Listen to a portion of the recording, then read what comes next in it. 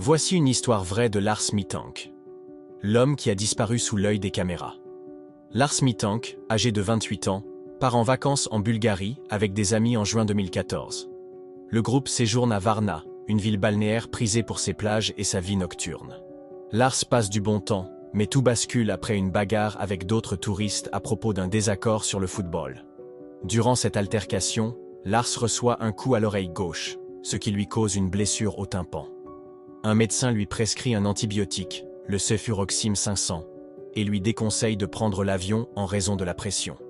Ses amis doivent rentrer en Allemagne le 7 juillet, mais Lars décide de rester en Bulgarie seul, le temps de guérir. Il trouve une chambre d'hôtel bon marché près de l'aéroport de Varna.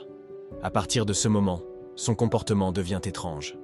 Le soir du 7 juillet, Lars Mittank commence à montrer des signes de paranoïa.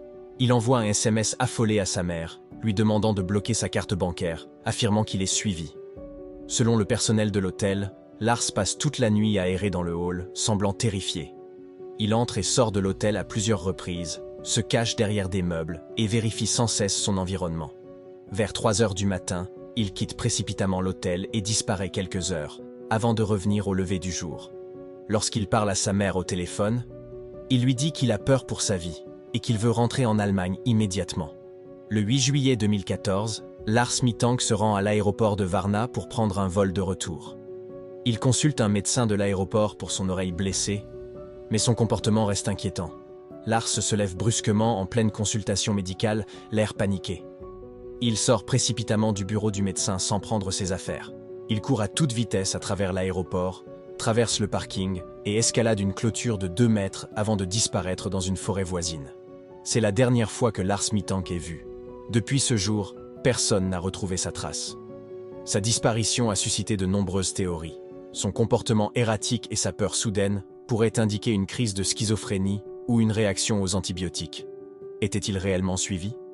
Il semblait persuadé que quelqu'un voulait sa peau. Peut-être s'est-il perdu dans la forêt, ou a-t-il choisi de disparaître volontairement? Malgré des signalements de témoins affirmant l'avoir aperçu dans divers pays d'Europe, Lars Mittank reste introuvable. Sa famille continue de le rechercher et espère encore des réponses. La vidéo de sa fuite à l'aéroport est devenue virale sur Internet, alimentant de nombreuses spéculations. Son cas est l'un des plus mystérieux de ces dernières années, et l'absence de toute trace le rend encore plus inquiétant. Que s'est-il passé ce jour-là à l'aéroport de Varna?